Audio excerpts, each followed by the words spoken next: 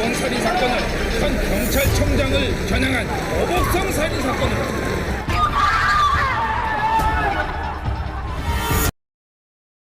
Hai guys, selamat datang di channel kita.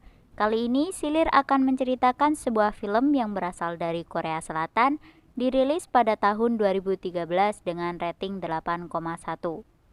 Film ini sempat ramai diperbincangkan di berbagai sosial media karena diangkat dari sebuah kisah nyata, yang mana seorang ayah harus mendekam di penjara lantaran dituduh telah melakukan kejahatan. Penasaran seperti apa ceritanya? Simak video ini sampai akhir. Scene memperlihatkan latar waktu pada tahun 1997, di mana memperlihatkan suasana betapa bahagianya Younggu dan Yesung yang mampir di sebuah toko setiap harinya untuk melihat ransel bergambar Sailor Moon yang ia harapkan bisa ia beli untuk putri semata wayangnya. Tak lama kemudian, mereka melihat bahwa ransel tersebut telah terjual oleh seorang gadis kecil.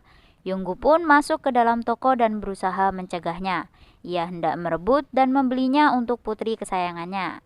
Namun Younggu justru ditampar oleh ayah dari gadis kecil tersebut. Keesokan harinya, gadis kecil tersebut melihat Younggu yang sedang menghitung uang di tempat parkir di mana ia bekerja. Gadis kecil tersebut mengatakan kepadanya bahwa masih ada toko lain yang juga menjual ransel Sailor Moon. Younggu pun mengikuti kemana gadis kecil itu ingin menunjukkannya. Ketika Younggu mencoba menyusul langkah gadis kecil tersebut, tiba-tiba terdengar suara jeritan. Younggu terkejut melihat gadis kecil tersebut yang sudah terbaring di atas tanah dan tidak sadarkan diri. Younggu yang polos segera memberikan pertolongan dengan melakukan CPR untuk gadis kecil tersebut. Namun di saat yang bersamaan ada seorang wanita yang melintasi jalan tersebut dan melihat Younggu yang mengira bahwa Younggu telah melakukan kejahatan. Dari situlah Younggu mendapat tuduhan telah melakukan penculikan dan pembunuhan atas seorang gadis kecil yang ternyata merupakan anak dari seorang kepala Badan Kepolisian Nasional. Kemudian, peristiwa ini dijadikan sebuah kasus yang menyeret Younggu menjadi tersangka yang dijatuhi hukuman mati dan dipenjara. Pihak kepolisian dengan cepat memanfaatkan situasi dan kondisi Younggu dengan keterbelakangan mentalnya yang memaksanya untuk mengakui telah melakukan kejahatan. Younggu dipenjara dan ditempatkan di sel nomor 7, yang merupakan sel paling keras di penjara dengan keamanan maksimum. Younggu ditempatkan satu sel dengan 5 orang narapidana lainnya. Kelima orang tersebut mengetahui kasus apa yang menyebabkan Younggu masuk penjara. Mereka murka dan menganiaya Younggu tanpa tahu kebenarannya. Hingga pada suatu hari, Younggu telah menyelamatkan nyawa teman satu selnya yang bernama So Yang-hu, yang merupakan pimpinan geng penjara. Merasa telah diselamatkan, So Yang-hu menawarkan bantuan kepada Younggu untuk mewujudkan apa yang ia inginkan sebagai balas budi. Younggu ingin melihat putrinya Yesung. Scene memperlihatkan perjuangan kelima narapidana tersebut yang berusaha untuk mempertemukan seorang ayah dengan anaknya. Sebuah keajaiban, mereka berhasil membawa Yesung kepada Younggu di dalam sel. Seiring berjalannya waktu, kelima narapidana tersebut mulai mengerti dan memahami kebenaran yang sesungguhnya. Mereka yakin bahwa Younggu tidak bersalah dan akan membantunya keluar dari masalah. Namun, sang ketua komisaris tak mau melepaskan Younggu begitu saja. Ia mengancam Younggu dan memaksanya untuk mengakui kejahatannya. Younggu dengan polos selalu mengatakan bahwa dirinya tidak melakukan kejahatan. Scene memperlihatkan salah satu sel penjara terbakar.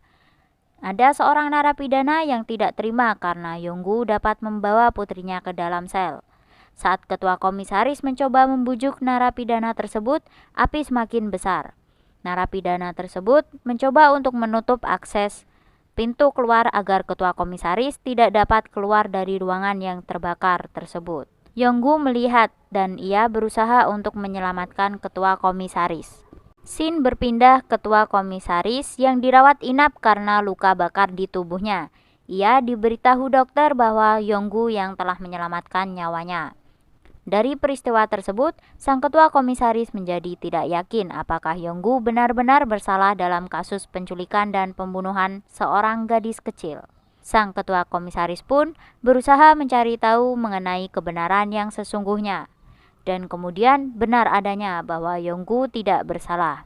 Saat menjelang persidangan, kelima narapidana yang berada satu sel dengan Yonggu beserta sang ketua komisaris mencoba untuk membantu Yonggu mempersiapkan jawaban pengakuan bahwa dirinya tidak bersalah dan tidak melakukan kejahatan apapun.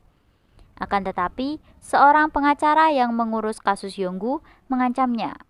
Ia memaksa Yonggu untuk mengakui perbuatan yang tidak pernah ia lakukan demi melindungi putrinya Yesung. Hari persidangan pun tiba. Dengan terpaksa, Yonggu mengatakan bahwa ialah pelakunya.